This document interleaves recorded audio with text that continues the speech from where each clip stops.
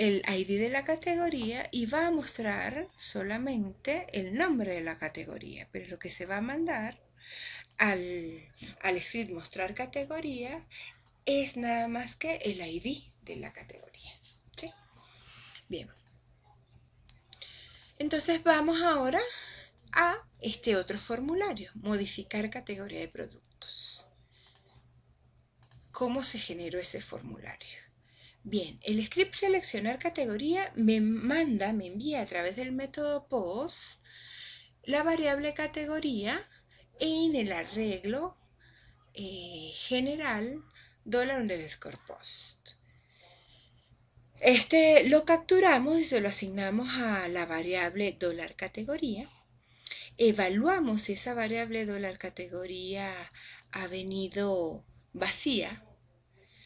Si está vacía, es decir, si no se ha seleccionado ninguna categoría, vamos a dar un mensaje indicando al usuario que debe seleccionar una categoría de productos y vamos a colocarle un enlace para que vaya, se dirija hacia el formulario que le permite hacer esta selección y paramos la ejecución de este script. Abandonamos este script. De lo contrario, si categoría no está vacía, entonces continuamos con la ejecución normal del script y establecemos una conexión, un enlace a la conexión del servidor localhost con usuario root y en este caso contraseña vacío. Seleccionamos la base de datos Neptuno, evaluamos que la conexión se haya realizado satisfactoriamente. Si esto no es así, paramos la ejecución del script. Si no hubo ningún error, continuamos con la ejecución del mismo. ¿Qué vamos a hacer con esta categoría, con esta ID categorías que nos traemos del formulario anterior? Vamos a consultar todos los datos referentes a esa categoría. Entonces vamos a hacer una consulta de selección, donde vamos a seleccionar todos los datos de la tabla categorías cuando el ID de la categoría sea igual a la categoría o a la ID categoría que nos está pasando el formulario. En este caso, nosotros seleccionamos la categoría número 3. ¿Sí? Entonces nos va a traer un solo registro. Ese registro se va a almacenar en la variable resultado cuando se ejecuta a través de la función MySQL Query la sentencia que hemos establecido en esta variable $SQL. Verificamos que la sentencia, que ese query se haya ejecutado bien. Si no se ejecutó bien, damos un mensaje de error y paramos la ejecución del script. Si no hubo un error, entonces continuamos la ejecución del script y extraemos esa única fila que hay en el arreglo resultado como un vector y lo almacenamos en la variable fila.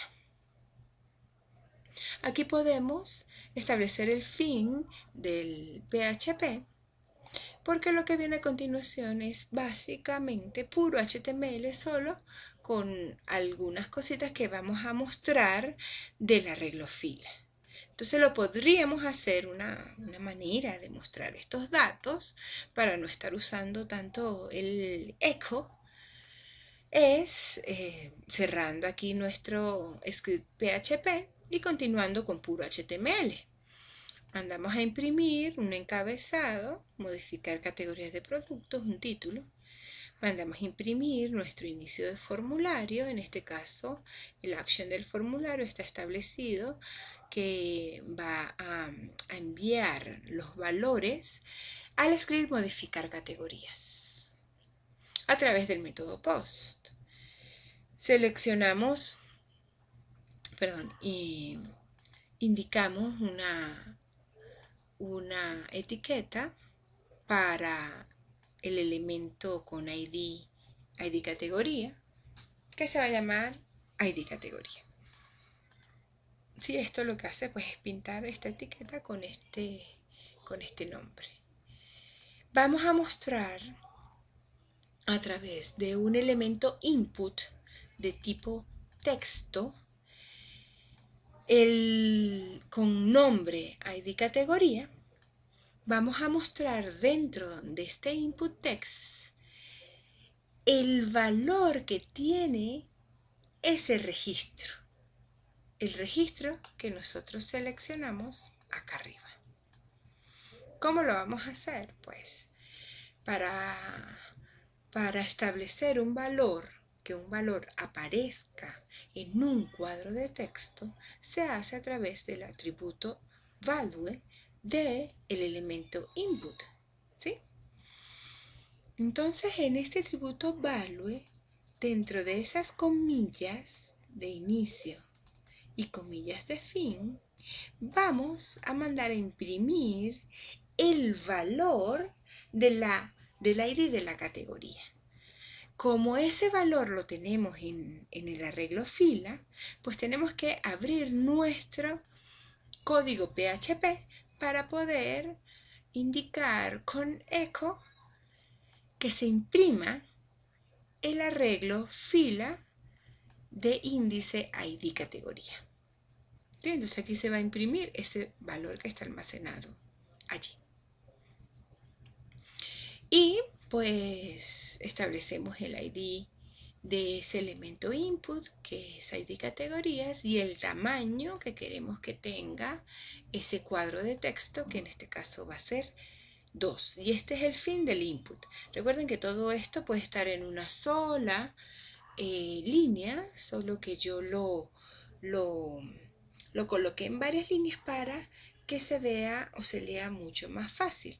Lo que quiero decir es que todo esto es lo que ya nosotros hemos visto o conocemos desde el trimestre 1, que todo esto se puede establecer en una sola fila, ¿sí? De esta manera, ¿sí? Es el mismo campo input que no tiene etiqueta inicio y final, sino que el final de ese campo input se indica con un slash y el mayor que, ¿sí?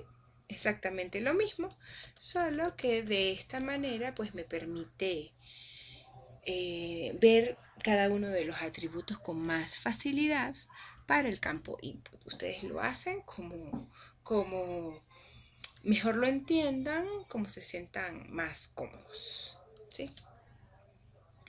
Entonces, ¿esto qué hizo? Vamos a verlo aquí. Hizo esto. Exactamente esto.